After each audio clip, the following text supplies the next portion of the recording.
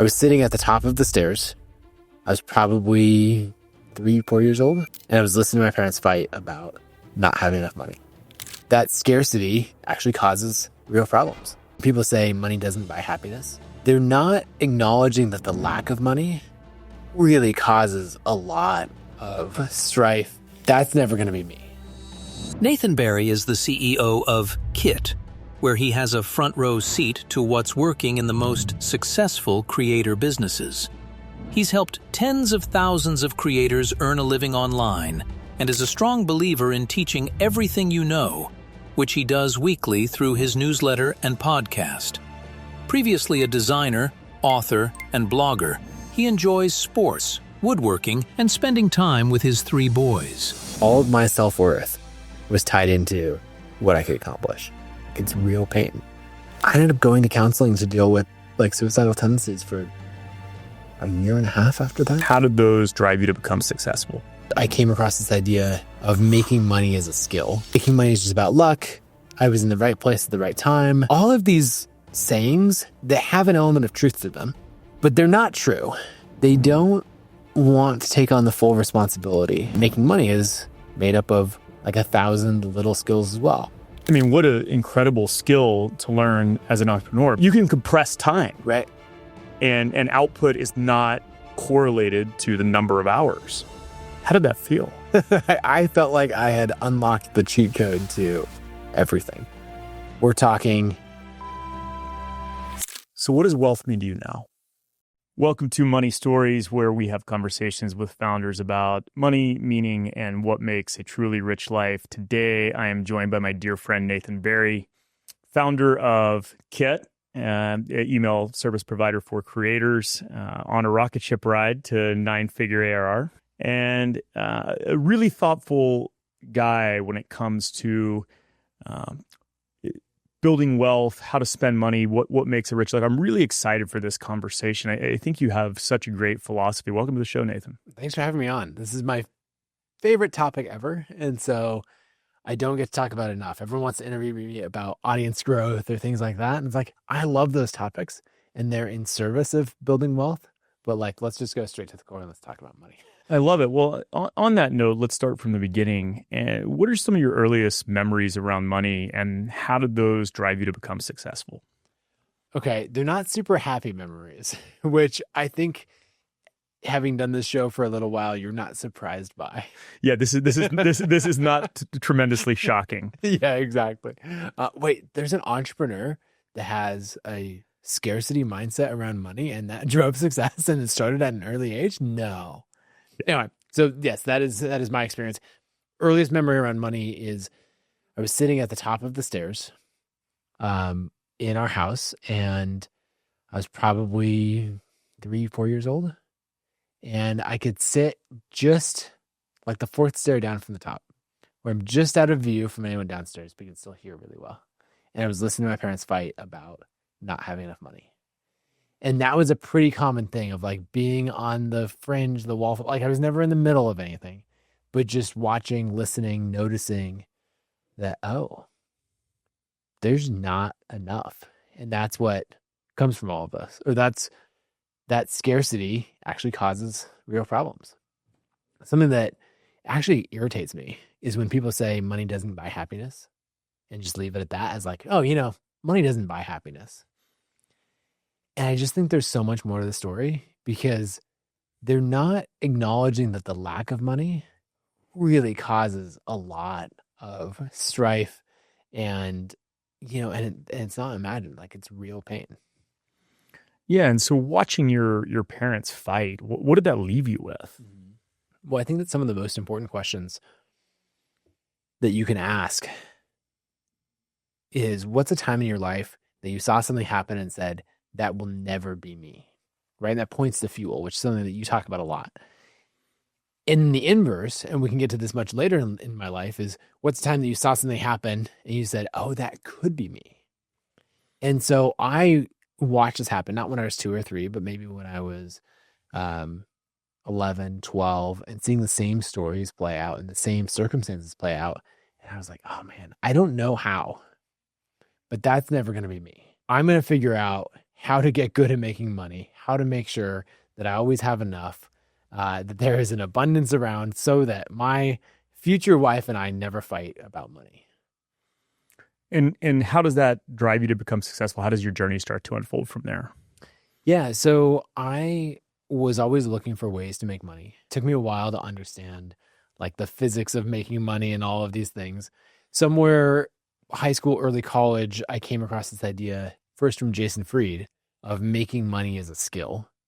He talks about how you wouldn't expect to sit down at the piano with no experience and like play a concerto in the same way that you shouldn't expect to start a business and then just be like, oh yeah, and it magically worked. Like in the same way that piano is made up of reading music and music theory and the finger positions and everything else that goes into this, making money is made up of like 1,000 little skills as well.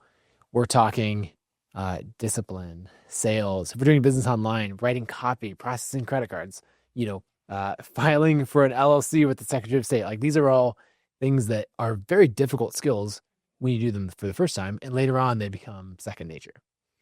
And so when I heard that mapped out from Jason, I realized like, oh, this is something that I can get really good at. And so some of those early examples of me trying to earn money, I realized, oh, I was building a skill then. I didn't know what to call it, but I realized that when I was doing woodworking projects and then selling them door to door in our neighborhood, that was building some very important skills of not only direct sales, but earlier than that, like a fear, like getting over a fear of rejection.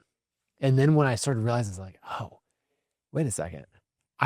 All of these things that I'm doing, I'm stacking these skills, and that is going to lead to success, which just gave me even more drive to be like, wait, this is in my control. Because everyone always said, heard like, oh, phrases like, making money is just about luck. I was in the right place at the right time. All of these things, or it takes money to make money.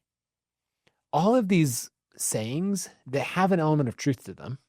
If there was no truth in them, they wouldn't get repeated. But they're not true. There's just an element of truth. And they're things that people say because they don't want to take on the full responsibility of what it means to master money, master wealth. And so they say things like, oh, it's about luck, or it takes money to make money, because it's some level of an excuse. And when you realize that all these things are a factor, but not the whole story, then you have to take full accountability of it, and you have to take a different approach. And it's really hard to do when you're surrounded by a world that is constantly telling you like, oh, one, you shouldn't pursue this. It's wrong. Money is the root of all evil, or whatever phrases get thrown out there. A common money story. A common money story. So you're surrounded by a world of that. And then also this world where the more you succeed, generally, the more people are trying to pull you back. And so it's an incredibly difficult thing to overcome, but I think it's so important. So was there a moment when you said, I'm all in, I'm taking full responsibility for my arc? When was that? I don't think it was one moment. I think for me, it built over time. I had a very unique upbringing, and it's something that shaped me to this day. Even just like being homeschooled. So we grew up in the mountains outside of Boise. I'm the fourth of 6 kids, and my parents were very, very avid learners. So they're constantly reading. My mom loves endurance sports. She became a certified personal trainer. So she, my dad wanted to read and understand the Bible better. So he's like, let me learn like biblical Greek. They're just like constantly learning and taking on new things and all of this. So on one hand, I had that environment. On the other, being the fourth of 6 kids, my parents couldn't give all of us like a lot of individual attention in school. So even being homeschooled. So they set an expectation early on of school is your responsibility. We're here to help you. We'll provide the curriculum and all of this, but like, it's not our fault whether or not you get your school done. That's on you. And that ended up being an incredible gift, because they weren't in that like, ride you till it's done. They're like, oh, well, the natural consequences. You wanted to watch the movie tonight? Like, well, is your school done? No, you can't. Or even on the upside, I think that in most school environments, there is no benefit to being faster because the classroom moves at the pace of the slowest kid. And so I didn't have that experience at all. I remember being 11 or 12 and it's wintertime and it's snowing and it is the most perfect snow coming down. You know, the ones that the flakes are like the size of a quarter. You can like basically watch the snow accumulate. And I'm like, I just want to be outside sledding right now. And I had the hardest time. I was like, I'm trying to do math and I want to be outside. And my mom just said to me, school is not a fixed number of hours. It's a set amount of work. When you finish your work, you can go sledding. And it's up to you if this takes 2 hours, if this takes 6 hours. And you've never seen a more focused 11-year-old because I'm like, this is the biggest unlock ever of like, wait a second. There's no speed limit. Like I set the pace. This is incredible. And so instead of like complaining and everything else that I would normally do that would burn hours of time, I was like, great, dialed in. Let's get this done. 90 minutes later, I'm enjoying the perfect snow. And that's how my parents really set the expectations. And so I've applied that all the way through. There's even a story of like how I applied it in high school, but yeah, a very unique upbringing that served me very well. I mean, what an incredible skill to learn as an entrepreneur, because most of us have to unwind years of programming of this, factory style education system. Right. And you got this gift early on of, this is a funny saying kind of in the opposite direction, but if you wait to the last minute, it only takes a minute, but you can compress time. Right. And output is not correlated to the number of hours, which is what sets you up for success as an entrepreneur. Yeah. And my parents actually even played that over in much bigger things with more impact than can you go sledding this morning or not.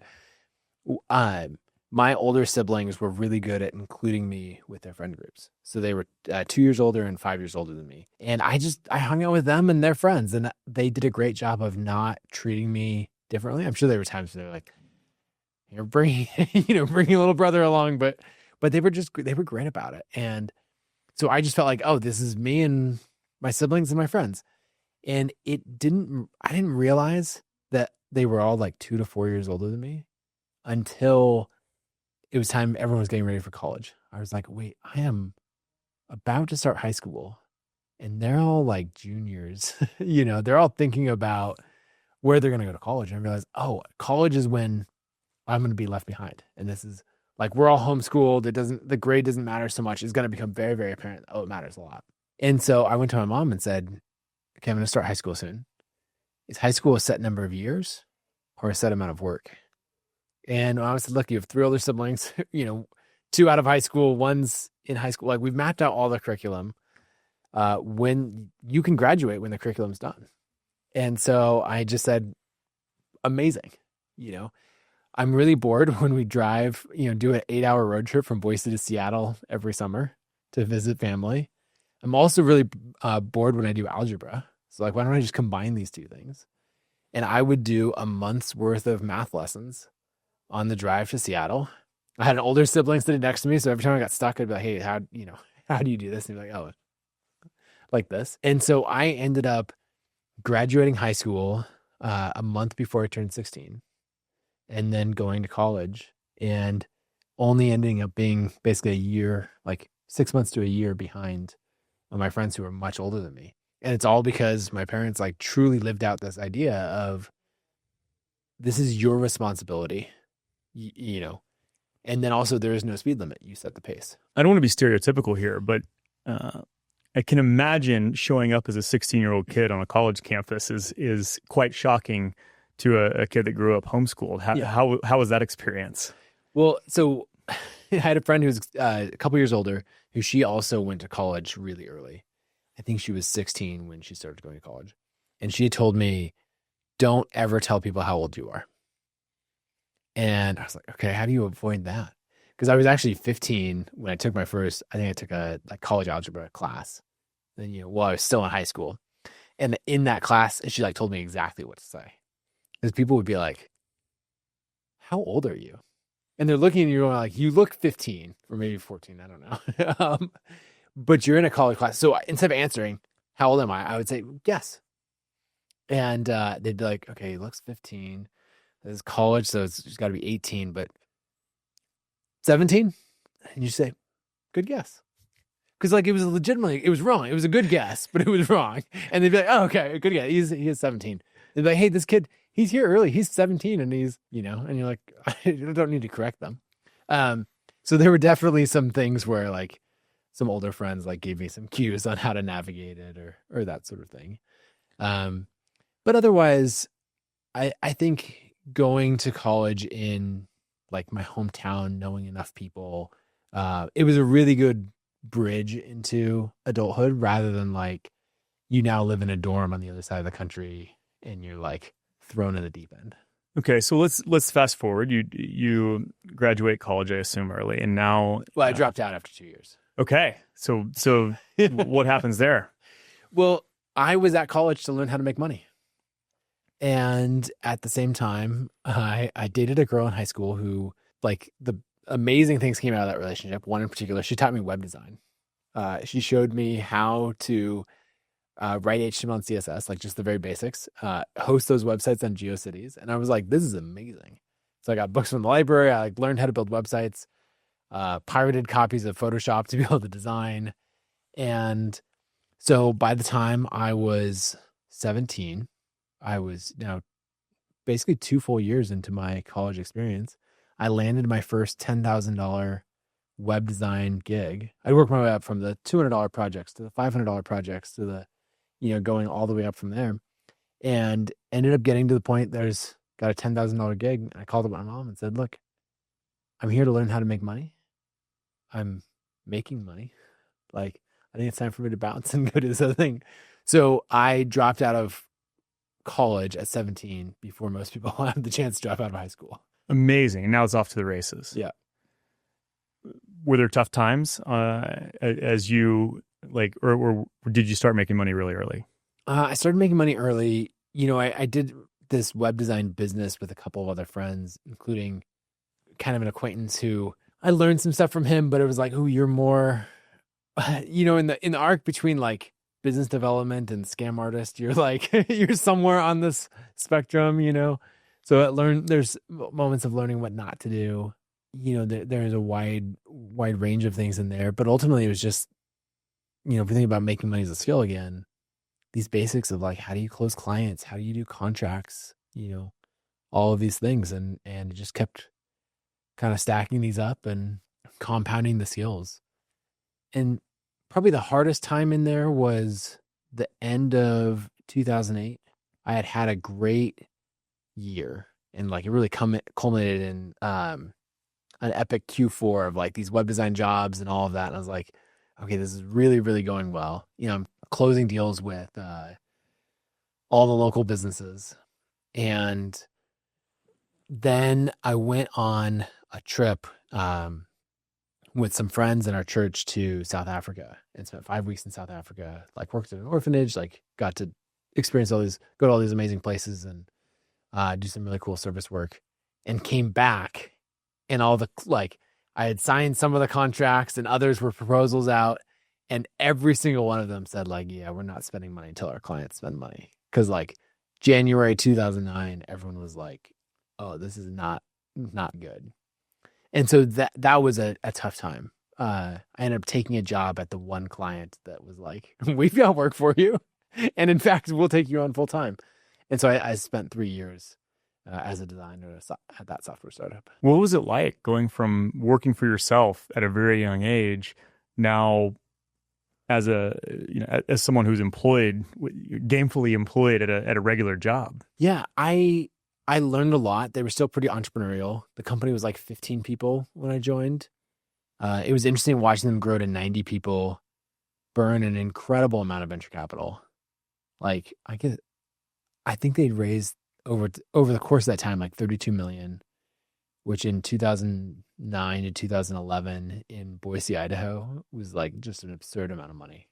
I remember hearing that at one point that the burn was $1 million a month. And I was just like, what is even happening?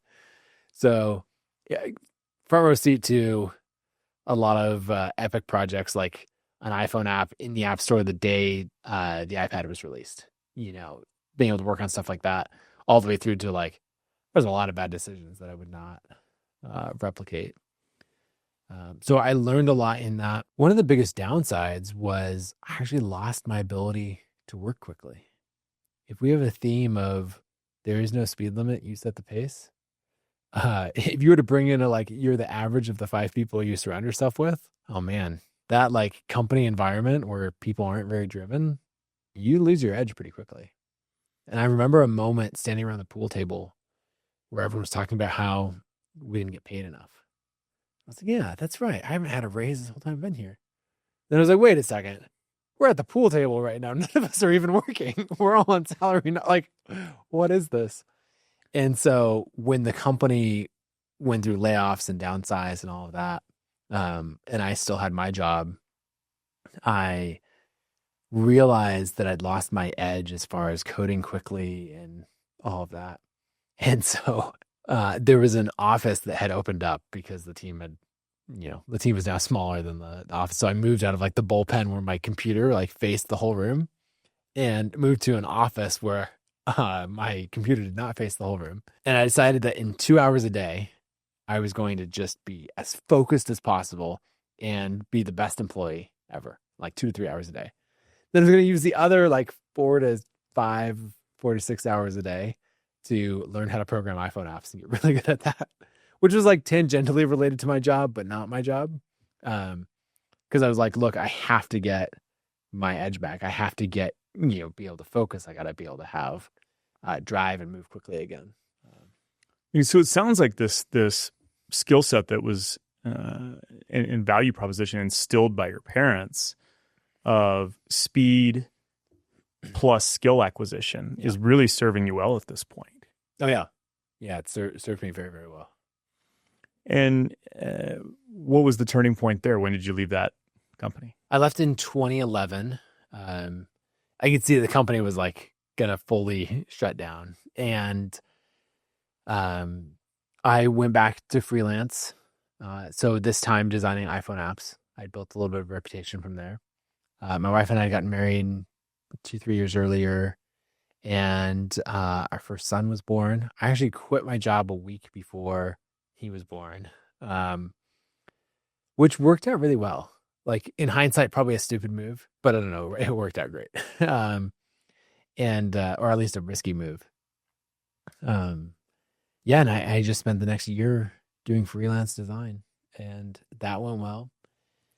Did you have any money saved up at this point, or what was your financial situation like at that point? Yeah, so the job I was making $63,000 a year, and I left my job in September 2011, and in maybe January, February of 2011, I had released an iPhone app myself that I learned on the side, built up, and got to the point where I was making call it $1,500 to $3,000 a month off of that.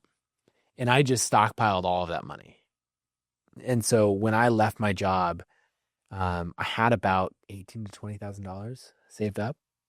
And I had some level of my baseline, like rent and more. I think rent was like $750 a month at the time or something like that, for the little duplex. And so I was like, actually, I know I can cover the $60,000 a year in freelance. Then I've got this bit of product revenue that's another $20,000, $30,000 a year or something like that. Like I'm actually pretty set, like having that baseline. And so it went really well. Yeah. So somebody on the outside could have said, this is a huge risk, but you actually knew that it wasn't.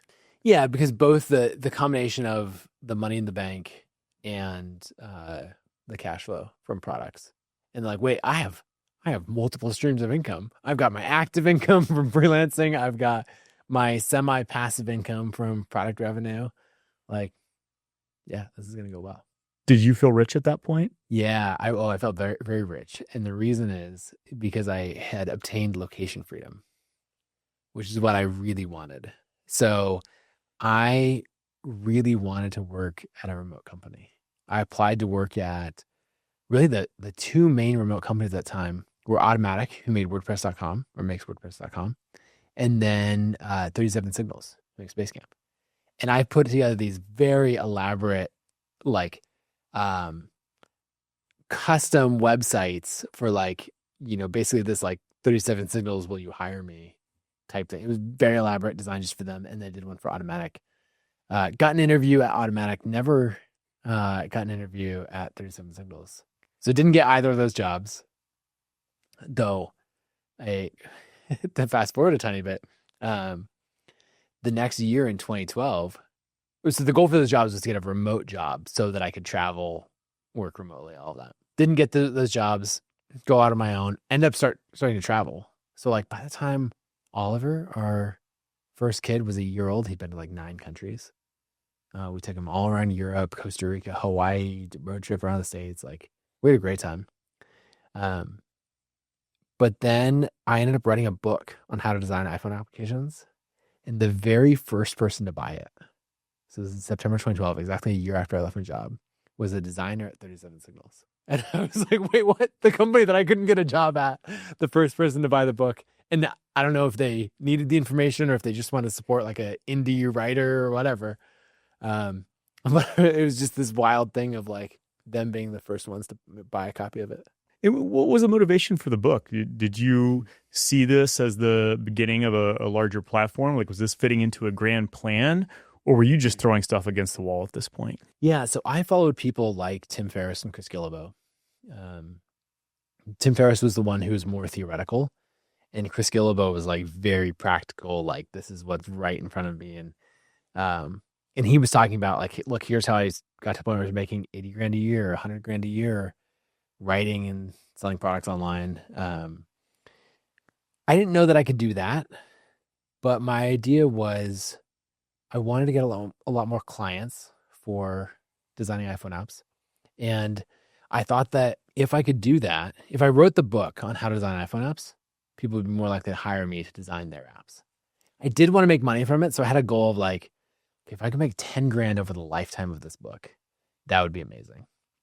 And I ended up launching it to an email list of 798 people, a little pre-launch list that I'd built up and put together. And I made $12,000 in the first 24 hours, $19,000 at the end of the first week. And I never took on another design client. How did that feel? I felt like I had unlocked the cheat code to everything. Like, did everyone know this? Like, this is incredible that, you know, because now we're talking skills, right?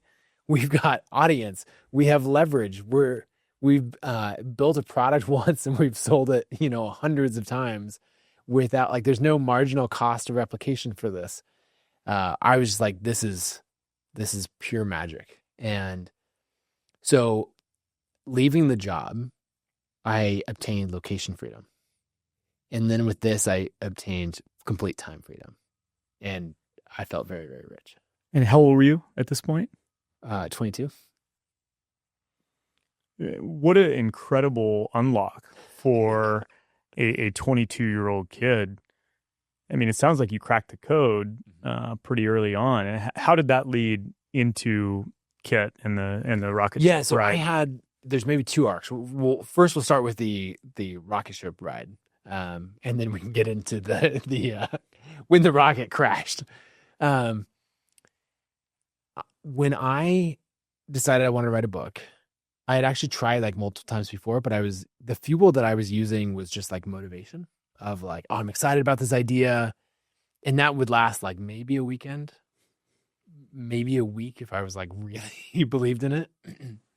And so from Chris Gillibo, he talked about how you can achieve all your writing goals and like do crazy things, like write multiple books a year, all this stuff, blog posts, guest posts, everything, if you write 1,000 words a day. And 1,000 words a day is just 2 pages. So like if this is really important to you, like set it out, write 1,000 words a day. I did kind of a random thing, like as a software designer, I was like, well, first let me build an iPhone app to track the habit of writing 1,000 words a day. Perfect. And then let me do it. So I ended up like building up the streak and then kind of breaking it and building up again.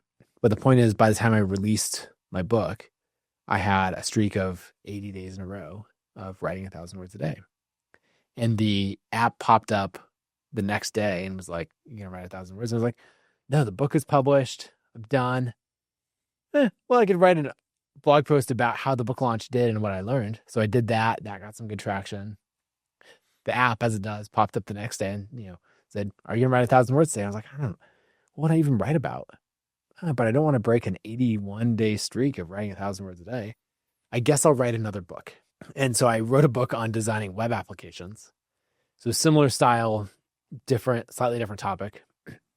90 days later, published that, made 25 grand in the first day and $50,000 in the first month.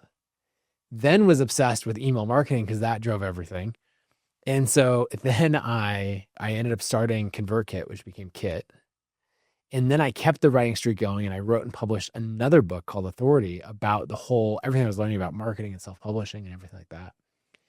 And so in this 1 year period, I wrote and self-published 3 books and started a SaaS company, all while building an audience. And I ended up building up to the point where I got to 600 days in a row of writing 1,000 words a day and transformed every aspect of my career.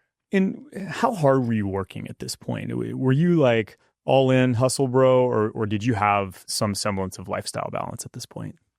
Yeah. I felt like I had lifestyle balance. Yeah. I had a young kid and yeah, I had time freedom. I sleep less than my wife loves sleep. I'm like, sleep is great. You get your 6, 7, sometimes occasionally 8 hours, And so I would do the wake up right for 2 hours before anyone else wakes up. But I view that as if you're working on something that you believe in, that level of drive is just like the admissions ticket. If you're not willing to do that, go get a job, don't get on the ride. This is not for you. But no, it wasn't 80 hours a week grind in that way. But I also just loved it. It's so much fun to create. Yeah. And I wonder, how was the kid who said, I'm never going to be that? How are you feeling from that lens at this point? You've launched these 3 books. You've launched a SaaS company. Mm-hmm. You're off to the races. You've achieved time and location freedom. Probably feeling a range of things. Let me try to remember. On one hand, I've achieved everything I've set out to, and I figured, I love playing computer games as a kid, and Age of Empires and some of these other games, and there's these cheat codes that you type in, and it gives you a car with a machine gun on it, or infinite money or whatever. And I felt like I had discovered one of those cheat codes in audience and leverage and all of that. So I was thrilled about that. The SaaS company did not take off, and so I was pretty bummed about that side of it, how I sort of had this Midas touch a couple times in a row, oh, that worked, and then this worked, and then that one didn't work. Okay, well, let me figure that out. And the last one that was money related is I had a lot fewer friends that I could relate to, because I was starting to form my new group of friends who were all online, who I would see twice a year at conferences. And we all got each other. But my friends in Boise, it was actually the most extreme when I would hang out with my wife's friends' husbands. And because they were all $15, $20 an hour jobs that they were working on. So I just wouldn't talk about money with them at all. Because now I'm making 250 grand a year. Right. And and so it would just get awkward. Now, the mistake that I made, that on one hand served me incredibly well, on the other hand made for some awkward conversations, is I blogged publicly about all the numbers. And so those two worlds were almost always separate until they weren't. And someone would be like, oh, Nathan, how'd the book launch go? Right. And I'd be like, oh, it went really well. I'm happy about it. So the last one you did 25 grand on in a day, how'd this one do? And I was like, 32, where you're basically we quoted someone's annual salary made in a day. And that made some things awkward. And it on a local level, it was isolating. Yeah. How do you deal with that isolation at that point? Make more friends on the internet. I started traveling more, spending more time with the people who are doing stuff like this. And ended up making some more friends locally who thought in a similar way. But yeah, so I ended up basically going deeper with the friends that I always had that just didn't treat me differently based on that. and then trying to avoid bringing up money in the circumstances where it's like, oh, we don't actually know each other. We don't need to go there. Obviously, you've been tremendously successful, and Kit has now grown into a world-class company. And I know that there are some tough times behind the scenes. Can you share a little bit about some of the harder times? Yeah, well, my like insanely productive, we talk about like virtuous cycles and vicious cycles. The virtuous cycle that I was running from 2012, let's see, maybe summer of 2012 to summer of 2014, or spring of 2014, was just unstoppable. Like, we're compounding on a level, like, it was amazing. New products, the audience is growing, all of that. And I thought, okay, I want to do things offline as well. I don't want to just be totally sucked into this world. And so my wife and I had our second son coming in. He was born in May of 2014. And so I thought, okay, I'm going to work really, really hard the first 3 months of the year. And I'm going to try to make 50 grand a month each of those months. I pulled that off January, February, March. And then we had bought a house. We were remodeling it. I decided to be the general contractor on the remodel. And then we had our son was born. And so I basically said, I'm going to scale back on all the big new projects, all of that. I'm just going to keep the writing goal going, because now the streak is at 600 days in a row. And it went really well for the first 2 weeks after he was born. And then, our 2-week-old got sick and our 2-year-old got sick, just like colds or whatever else. But like, now no one's sleeping. My wife is still recovering, and I tried to like step up and like take on everything. Cause also, like, I didn't really need to be working. I just needed my 90 minutes to write my 1,000 words. And that was it. And it actually got to the point where one day I noticed this rash on my leg. And I remember asking Hillary, like, are you using the same laundry detergent? Like, I don't know, it's like this allergic reaction or whatever. And I texted my brother, who's a physician's assistant. And I was like, I have this rash on my leg. Do you know anything about it? He's like, well, does it follow a dermatological distribution? I was like, Daniel, I have no idea what that means. He's like, Google it. Basically means, does it follow the pattern of your nerves? And I was like, yeah, it does. He's like, yeah, you have shingles. Go to the doctor. And I was like, I'm 20. I'm not even 24. I'm about to turn 24. How do I have shingles? So I go to the doctor, and they're like, describe your life, what's going on, and describe like remodeling a house, 2 kids, all this stuff. And they're like, yeah, you're just absurdly stressed, and your body has like had enough, and it's, gave you shingles. And I remember them saying, we're prescribing you 2 things: antivirals, take care of the shingles, and painkillers. And there were some pretty serious painkillers. And so I was like, I'll take the antivirals, pass on the painkillers. And they're like, are you sure you're really gonna want it? I'm like, it's like an itchy, it's annoying, but like, it's fine. I'm like, okay, we're not gonna force you to take drugs. And that was at like 10 in the morning. At like 2:30 in the afternoon, I was calling them back and was like, actually, I really need those. And they're like, yeah, we know, we already called it in. Like, okay, kid. We just figured we're not gonna convince you, we'll let you. And so I ended up taking, the reason I didn't want the painkillers is because when I was a kid, I'd broken my leg. And so I knew what that, the hydrocodone, I knew what it felt like, the brain fog and all of that. And I was like, I don't want that. Like, I need to perform. And what ended up happening is I realized I needed the painkillers just to survive. And I got to the point, like, I got all of the brain fog, everything else, and I completely lost my ability to be productive. And what I realized, took me a long time to realize, but I realized that all of my self-worth was tied into what I could accomplish. So when you ask, like, how'd it feel? It felt amazing when I'm on the high of like accomplishing things that I never knew were possible, and leverage and all this stuff in an amazing way. Like, I felt amazing. But then when that was all gone and that virtuous cycle shifted in the razor edge to the vicious cycle, then boy, did it spiral really, really fast. And so even like 3 months later, as I was trying to get off painkillers and working out, then I was getting to the point where I would sit down and try to write. Even something as simple, I did this for 600 days in a row. I'd sit down and try to write, and I couldn't figure out what to write. And the more I failed at doing the task in front of me, the worse I felt about myself, which, you talk about what type of fuel to use. Like that, I didn't have it. There was no fuel left. And that ended up starting it was a multi-year battle with depression. So it sounds like the very thing that made you successful, this writing habit, now became a prison of sorts, right? A way to beat yourself up for not being productive. It wasn't just writing it, but it was everything.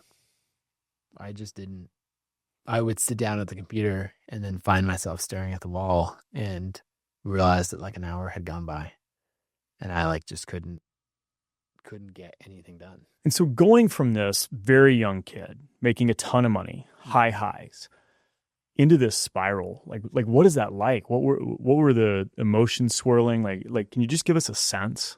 Yeah, it's partially sometimes like a kind of out of body experience of like just going through like numb. But then also, I ended up going to counseling to deal with like suicidal tendencies for a year and a half after that, and like really working through my two older brothers were in the army.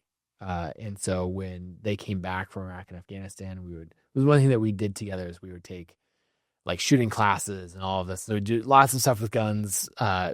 Like at the time I was very proficient with firearms and all of that. I have not owned I guess technically I still own 2 firearms. They just haven't been in my house for like 12 years. Right? Like they've been at my brother-in-law's house for a very long time because I would not trust myself during that time with any method of easy suicide. How do you pull yourself out of that? One of my really good friends, she's actually now my sister-in-law, ended up like really reaching out, making a recommendation for a counselor, like just kind of gradually checking in. Somewhere in there, I realized I started to make the connection of the self-worth. Because at first you're just like, what's going on? Like, well, I don't function anymore. What's happening? Like, you can do better. Like, you're just beating yourself up. Something I've heard you say is like, entrepreneurs are really good at beating themselves up. And I'm like, yep, 10 out of 10 on that one. And so once I started to notice the pattern, celebrate even the tiniest wins, I didn't come across this until years later, but there's a Reddit post titled No 0 Days. And it's this an anonymous person on Reddit who just writes up this post. He's responding to someone who is depressed, who can't even function and all of that. And he writes up this great post and he's basically like, your only goal is to not have a 0 day. Meaning you just need to do one thing that your future self would thank you for. And that might be, that you like take care of yourself in some way or do this tiny little thing. Like basically we're not like the bar is no longer up here. It's not write 1,000 words a day. Did you make 50 grand this month or whatever? It's like, did you just accomplish this little thing and like stack these tiny, tiny gains? And so like for me to be anything that moved the business forward, that sort of thing. The other thing is I ended up finding a spark in building Kit. I had a few friends really encourage me to like either shut down that business or go all in. And then my wife, when I had this spark of like, maybe I could do this, she was all about it. She was like, yeah, why don't you really pursue this?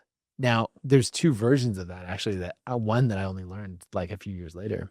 The story that I remembered and that I told was when I said like, okay, I think I need to double down on this business.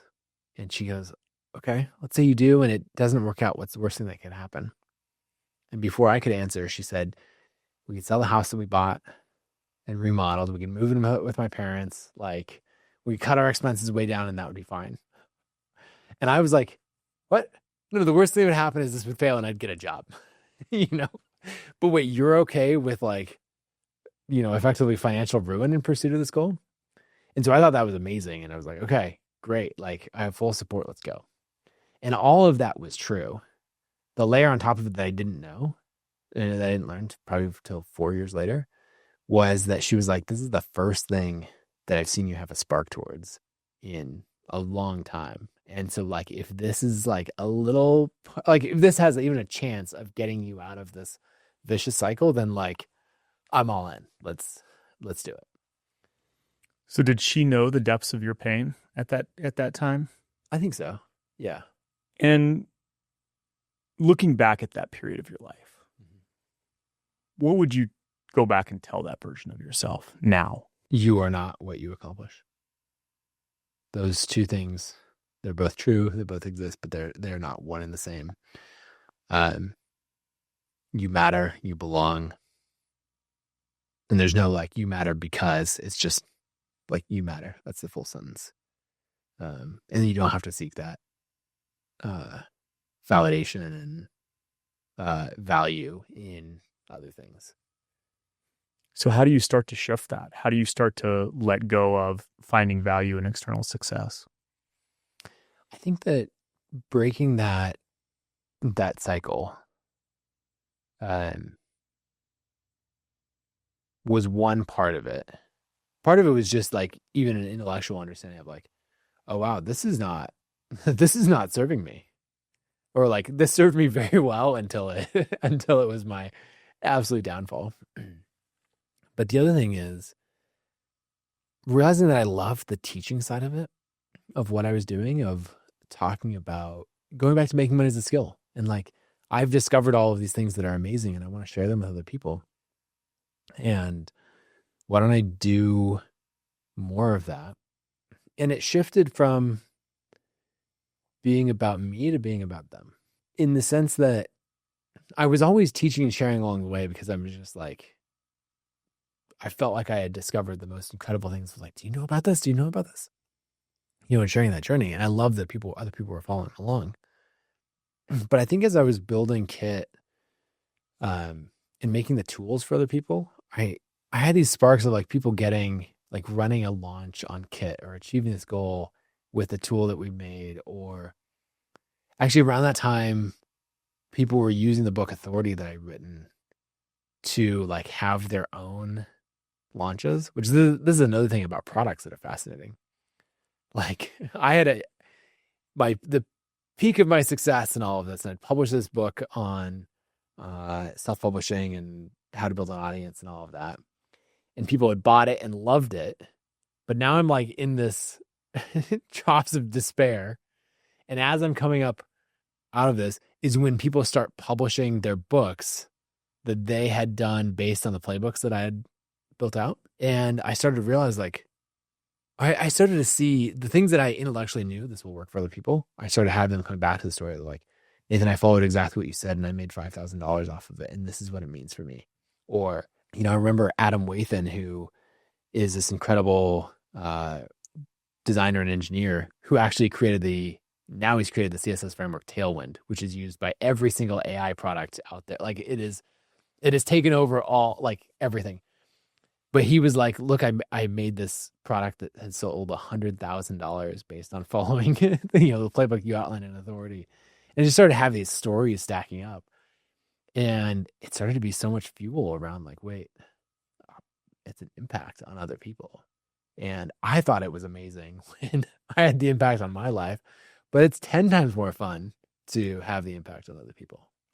And I think I'm maybe only just now in this conversation realizing the timing of like planting the seed and then it coming back at the time that I needed it the most. Yeah, I mean, I often say that the day we become truly wealthy is the day we realize it's not about us. Yeah. And it sounds like that was a really pivotal realization in the growth of Kit, but also your own personal journey. Mm-hmm. Yeah. And it shifted. I mean, we ended up setting the mission of the company of we exist to help creators earn a living. And that's just what we do. That's how we measure our success. That is the drive of everything that we do. And it's been very powerful. So what does wealth mean to you now? I don't think I have a tight definition of it. There's other definitions that I like from other people. Jimmy Carr is this one where he talks about how, I'm rich when having more money wouldn't change what I do day to day. I go to these categories, and I've heard you talk about this as well of, we're talking about freedom in these different categories. So far, we've touched on like money and location, and time is in there. What are the two other categories that you would say? Mine are freedom of mind and then freedom of soul. Freedom of mind and freedom of soul. Freedom of mind being my own internal experience, free of anxiety, free of depression, open to new ideas, and then freedom of soul is connectedness to a greater purpose outside of myself. Yeah, I love all of those. I think it ultimately comes down to freedom. But I think the times that I felt the wealthiest is when I'm having that impact on other people. There have been a few times when someone has said, this thing that you did was really impactful. How can I pay you back? Or like Kit has been, I've loved everything, the products that you built with Kit. Like, what can I do for you? And I'm like, just take it and go do something meaningful with it. There's a line that I don't know who it's from, so I can't attribute it. It's the best debts, or like the most important debts cannot be paid back. They can only be paid forward. And those are my favorite, where like that's wealth to me, is when you have impacted someone in a way that they could never pay back, but they could absolutely pay forward. I love that definition. And I know you spend a lot of time thinking about personal finance and wealth building. Piggybacking off of that, what would you share around the topic of wealth building? Well, so I always think about making money as a skill, and that being such it's a simple sentence in a completely different mindset shift. So the thing that's made the biggest difference for me is getting clear on where I'm trying to go, and then realizing or breaking down what skills I need to achieve in order to get there.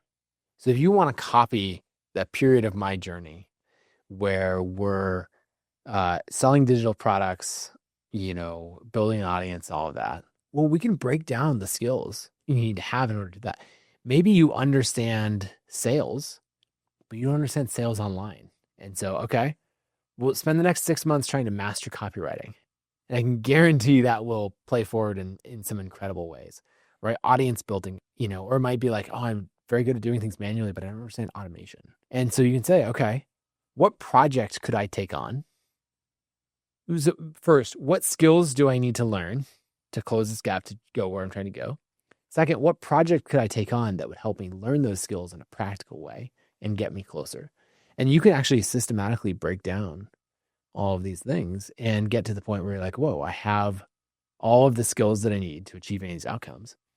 And it's not to say that once you have the skills, success is guaranteed, but you can go from a slim chance of success to a very, very high likelihood of success if you're willing, if you break it down in the skills and you learn them systematically.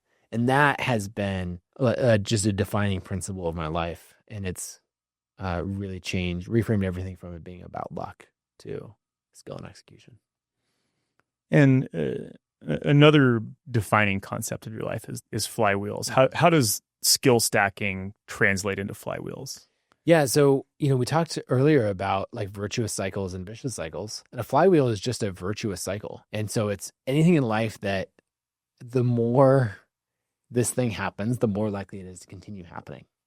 And so if we think about investing in those terms, if we are making money and reinvesting it investing it to buy assets and companies that spit off dividends and cash and resources, and then we use that to buy more on companies, like this is a flywheel that compounds very, very well, at this like 6 to 10% a year, and that's how so much wealth is made. So long as your loop closer in this flywheel is reinvestment and not lifestyle inflation or spending more money, right? And so I look for flywheels everywhere. I'm basically saying, how can I take this thing and make it so that the more this happens, the more it will continue to happen? And so like working out, for example, I don't think of as if I work out, I'll achieve this outcome. I think of it as this mini flywheel where I might hate working out at first, but then the more I do it, the more I learn how to do it, the more I learn how to do it, the more I enjoy it, the more I enjoy it, the more I want to do it. And it becomes this self-reinforcing flywheel. And if you look for it, these flywheels are absolutely everywhere. And then the other key, since we've talked about the vicious cycles, is if you watch that closely, you can identify the signs of a flywheel stalling out. And then it becomes, oh, it's not just that I missed a workout or something else. It's like, oh, this could be the end of something really, really good. And I need to watch that carefully. And I need to get to this point where I'm going to put in an extra amount of effort in order to make this happen. And that could be money related, that could be wealth related, money, time, relationships would be a huge one. Between you and your spouse, you're like, oh, that was not a good, that was just a step backwards that just happened. Let me put in an outsized amount of effort to repair that so that we continue in this compounding cycle. Last year, I was playing volleyball, one of my favorite things to do. And I went up for a block, and the person on the other side came under the net. I came down on them as they took out my leg, and I broke my ankle. And this is at a point where I had my health flywheel spinning quite well. And I realized I'm going to spend 6 weeks in a boot. This could be the end, that whole flywheel could reverse and be a vicious cycle. And so identifying that right now of ooh, this is a big setback, not catastrophic. I didn't break my leg or, we're not 9 months, we're 6 to 8 weeks, out of this, and I got to work my way back. But I realized okay, now the most important thing that I can do is to make sure that I don't turn this virtuous cycle into a vicious cycle. So I actually started going to the gym an extra day a week, even though I couldn't do half the exercises that I was doing, because I was I got to stay on top of this. And so that's my approach to flywheels everywhere, is I'm observing them, seeing where they are running really well, making note of that. And then when I notice them start to slip, I take immediate and drastic action. Yeah, so it sounds like preserving momentum at all costs. Yes. And as I think about the concept of a flywheel, really it's a 3D representation of the compound interest curve. Yes. Yes. Right? It accelerates the more you invest and then continues to accelerate. And it starts out brutally slow to the point it is unrecognizable, right? You think about compound interest, you're I have $100, I threw it in the stock market, and you're wait, at the end of the year, I have $105. This is dumb. Why am I even doing this? The flywheel is the same way, where it starts out so slowly that you're this sucks. Why don't I just go do it the manual, scrappy hand pump way? But it's the compounding over time. Yeah, and at some point that curve starts to turn hyperbolic, where that flywheel in the 3D starts to spin faster, and then the yield from additional input accelerates. Right. And so what's the biggest problem? Is it that people quit before they reach that upward part of the curve, or how do you think about that? Yeah, I think the first thing is they don't understand the difference between something that is effort-based versus flywheel-based. And so first, they can't even recognize the flywheel.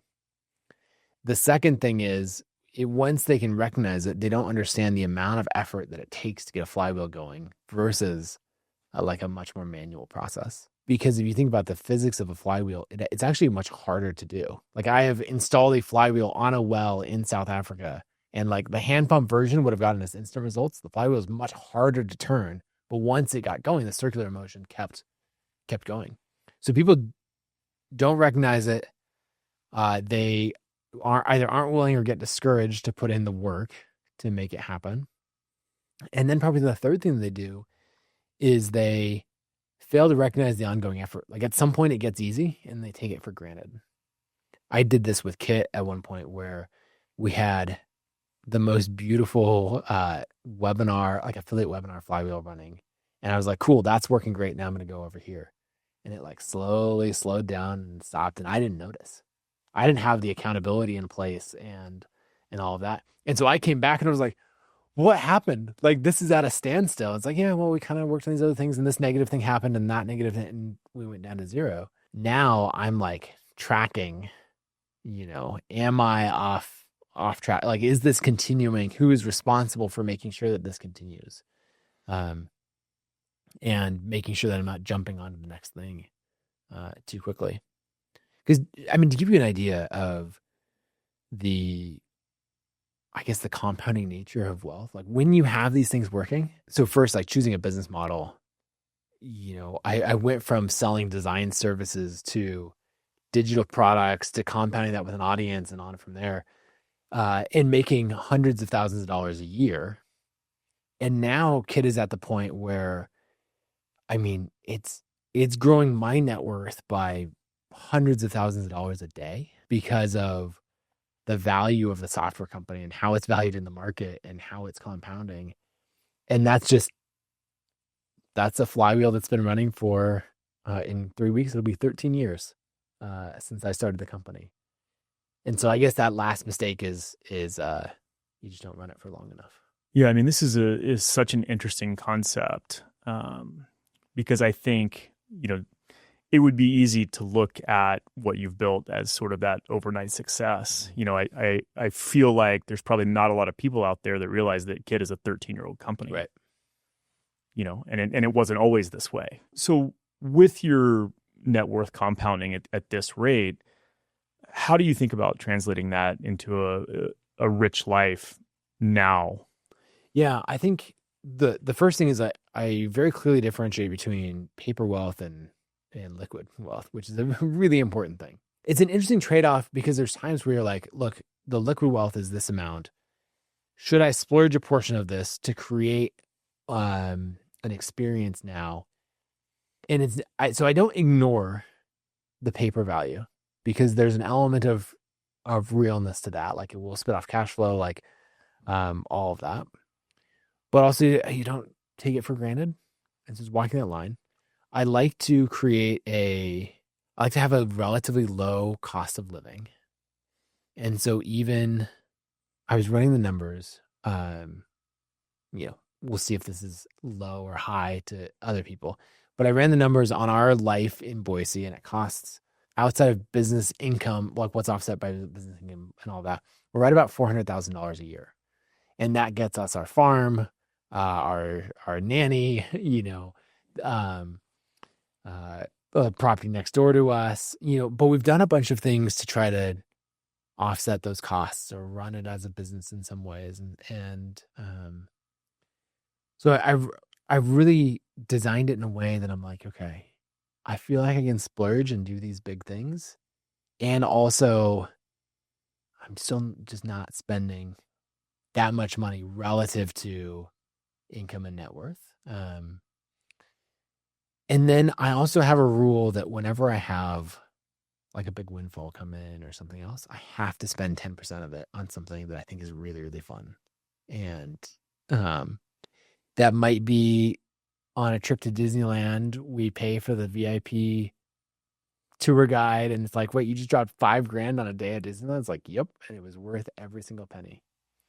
Or on the extreme, like we sold a little bit of Kit stock. I sold 1.25% of the company 4 years ago for $2.5 million. And I was like, okay, what are we, we chartered a private jet to the British Virgin Islands and went sailing for a week with our friends. And I was like, that was over $100,000 spent on one thing.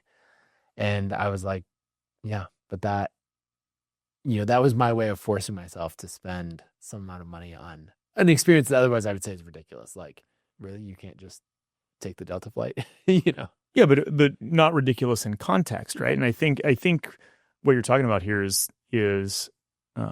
relativity, and based on your net worth and income, that's a relatively small amount, right?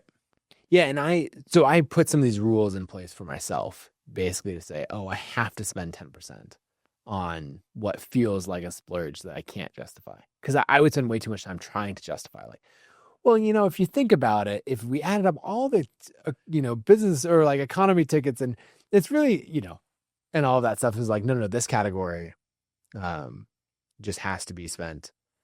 And then honestly, one of my favorite, it's created some great memories. Like my wife's uncle who taught us how to sail.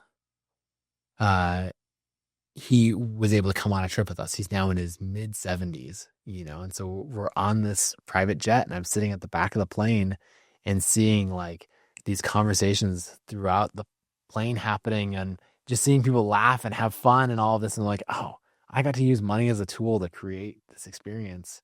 Watching my wife and her brother have this great conversation and, all this stuff happened. I'm like, oh, this was worth every penny. So if your definition of wealth is enough money, if another dollar means you wouldn't do anything different, would you say you're there?